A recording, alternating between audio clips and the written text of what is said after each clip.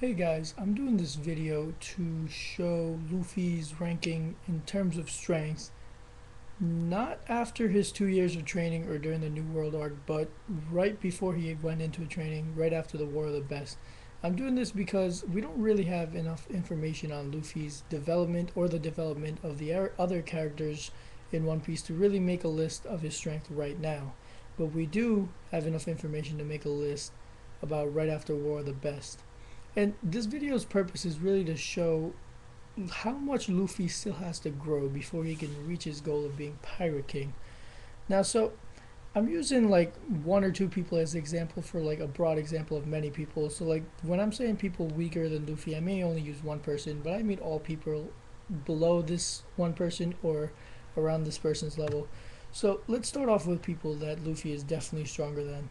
So I think Luffy is definitely stronger than a person like Gecko Moria, the ex Shibukai, because as shown by when the higher ups of the Marines order Don Flamingo to eliminate Moria, Moria was the weakest of the Shibukai, and he really has no more room to grow.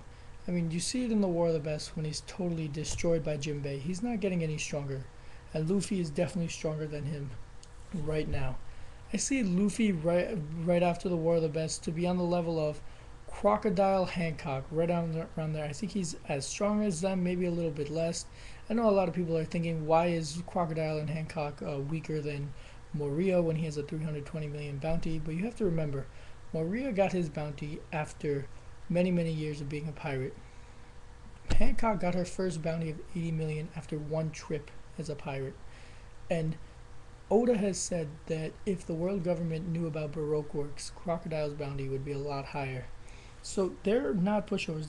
Their bounties do not explain how strong they are. And also, the proof I have is, yes, Luffy beat Crocodile, but it took him like 4 or 5 tries to do that. Before that, he was getting murdered. It's like you can't really compare the previous fight to how strong Crocodile is now. As you saw in the War of the Best, Crocodile was almost equal to Don Flamingo. They were on par. So this shows that Crocodile is very strong. And also with Hancock, she has extremely powerful haki, and she was easily able to destroy a pacifista that Luffy could not even touch during Insabudi. So that tells me that right now Luffy is probably around their level. Now, right above them, not far above them, I would put people like Don Flamingo. As you can see, he's definitely very powerful. What he did to O's, like during the whole war, he was just going off, just killing people. Didn't really get a scratch on him, and he was one of the few people that were not intimidated by Whitebeard. So I put him right above there. And with Don Flamingo, I put Ace. I think Ace. I put Ace up there because he knew how to use his he could use haki. He just didn't know how to use it very well. So I mean, I think unfortunately since Ace died, I felt he could have probably been one of the most powerful characters in One Piece if he was alive. But right now and forever, he'll be in that Gecko Maria, not Gecko Maria, Don Flamingo range when it comes to power. And around that area, maybe a little bit above them, I would put Jozu, cause the fifth division commander of the, or the third division commander of the Whitebeard Pirates. Because if you saw in the war that he deflected Mihawk's slash, which is the world's strongest slash, and that's impressive. And above him, I would put Vista, the 5th Division commander of the Whitebeard Pirates, because as we saw in the war, yeah, he would have probably lost to Mihawk if they had a full fight, but the amount of fighting time they had, they were tied. Mihawk and Vista were together, and he's really the only swordsman we have seen to this point that can match Mihawk, that's actually tied with Mihawk during a fight. So I put him above Ace and Luffy right now. He's right there. And of course, the strongest member of the Whitebeard Pirates that's left alive, Marco. During the war, Marco was fighting with the admirals. He has haki, so that tells me he's very powerful. If Marco was a Marine, he'd probably be the one candidate to be the admiral for the open admiral spot. So I put them right there. I put Ace, Flamingo, Joza, Vista, and Marco are in the same echelon, with probably Marco being the top of that list. And after that, I probably put the 3 admirals in any order you prefer. Akinyu would probably be at the top because he's just relentless. He'll never stop. And then after the War of the Best, obviously for you manga readers, you know it's not true anymore, but After the War Best, Blackbeard was probably around there, but now we know that he's in a completely different league.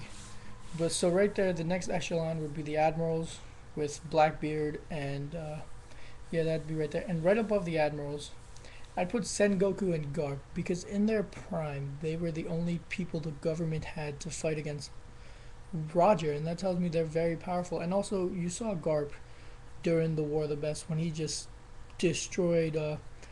When Marco tried to save Ace, Garp just punched him, and Marco went flying.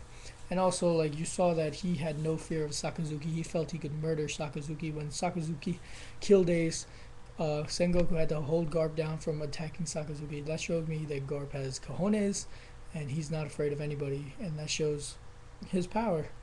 And above that, above them, I'd probably put Rayleigh, because you see Rayleigh fighting in against Kizaru to save the Straw Hats and Sabori.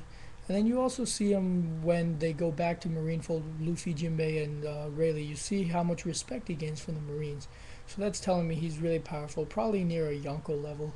Even he's gotten weaker because of his age, but he's still right up there. And then after Rayleigh, this is when the big jump starts happening. At the top of my list, I would put Whitebeard. He was the strongest man in the world at that point. Like, it took 3 admirals, the whole Marines, just to fight him. So he's on the top of that list. And between Rayleigh and Whitebeard, I would put Shanks and Dragon, wherever you want to put him. Probably closer to Whitebeard than Rayleigh, because Shanks has, as far as we've seen, has the strongest hockey in the world right now, and he's not afraid of Whitebeard. One of the few people who's not afraid of Whitebeard. He has no problem going on Whitebeard's ship. He has no problem fighting with Whitebeard. And Dragon, because he is the most wanted criminal in the world, and that tells you something. That must mean he's extremely strong.